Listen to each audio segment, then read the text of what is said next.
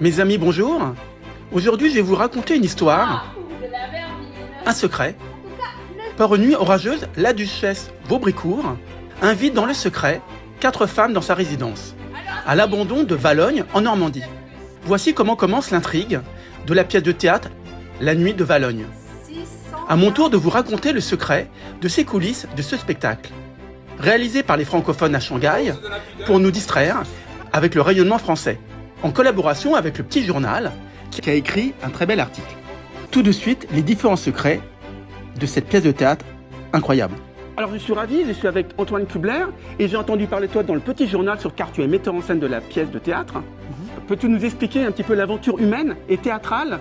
Je existe depuis 20 ans, je l'ai rejoint il y a quelques années et donc notre projet pour cette année 2024, c'est une pièce d'Éric Emmanuel Schmitt et on avait une pièce qui donnait des très jolis rôles de femmes et en circonstances elle est aussi super adaptée je trouve à 2024 avec ce qui se passe au niveau social, avec les mouvements féministes. Oui, c'est clair, donc il y a clairement un écho social du moment. Ça remet en question ce personnage de Don Juan qui n'est pas vraiment un séducteur, hein, c'est pas un terme qui lui va, même si c'est celui qui se donne. Alors je suis avec un personnage assez musclé, Marc Porot, qui est chef d'entreprise. Alors dis-moi, quel rôle tu joues dans cette pièce? Je joue Don Juan. Oh, bah voilà, cette puissance.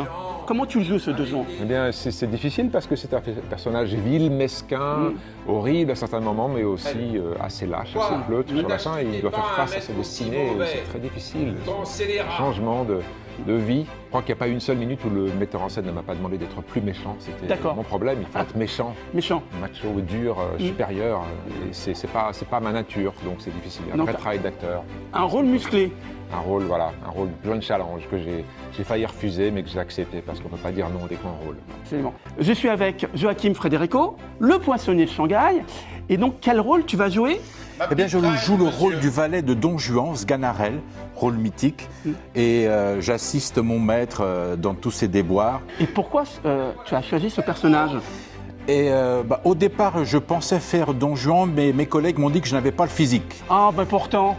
C'est bien ce que je pense. Bah oui. Et donc, finalement, ils m'ont donné ce personnage. Alors, je suis avec Mei-Ling Chung, qui veut dire joyeux, bonheur.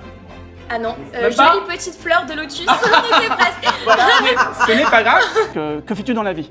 Alors je suis professeure de français pour les enfants. Quel rôle tu joues dans ce spectacle? Alors je vais interpréter Angélique de Chiffreville, alias la petite. La petite, et pourquoi la petite? Parce qu'elle est jeune. Elle est jeune. Elle est jeune. Ce rôle, qu'est-ce que ce rôle t'inspire? Alors moi je l'ai pas choisi, on me l'a donné parce qu'ils n'ont pas trouvé plus jeune que moi. Voilà un des secrets de la pièce. Exactement. Alors je suis avec Marie Chavanon. Alors quel rôle tu vas jouer dans ce spectacle? Alors je suis la duchesse de Vaubricourt qui va rendre justice aux victimes de Don Juan. Alors la duchesse, elle représente, elle symbolise, je pense, la force morale, l'indépendance, la justice et le féminisme. Très bien. Ok, donc toute une puissance. Toute une puissance. Elle est là pour vraiment embarquer ces femmes dans une quête vengeresse. Alors je suis avec Laura Moussouni, qui est à Shanghai depuis plus de 8 ans. Alors dis-moi, quel rôle tu joues? Je joue le rôle de Madame Cassin. C'est une orfèvre, enfin épouse d'orfèvre. Et dans cette pièce, c'est une personne qui apporte une sorte d'équilibre. Parce que les femmes sont ici surtout avec une vengeance, une rancune.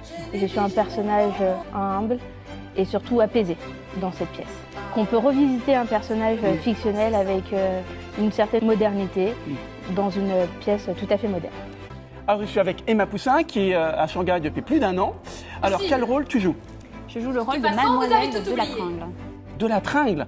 Ça c'est un vrai personnage. Vrai personnage, célèbre romancière. Ouais. Est-ce que ce personnage était difficile à interpréter par rapport à ta propre personnalité? Oui, puisque je pense qu'on n'a pas grand-chose en commun. On n'a pas tout à fait les mêmes lectures. Non, mais c'est ça qui est hyper intéressant aussi, c'est arriver à prendre une couleur qui n'est pas la nôtre. Je suis avec Christina Delas, qui est depuis de très nombreuses années en Chine et qui travaille dans le textile.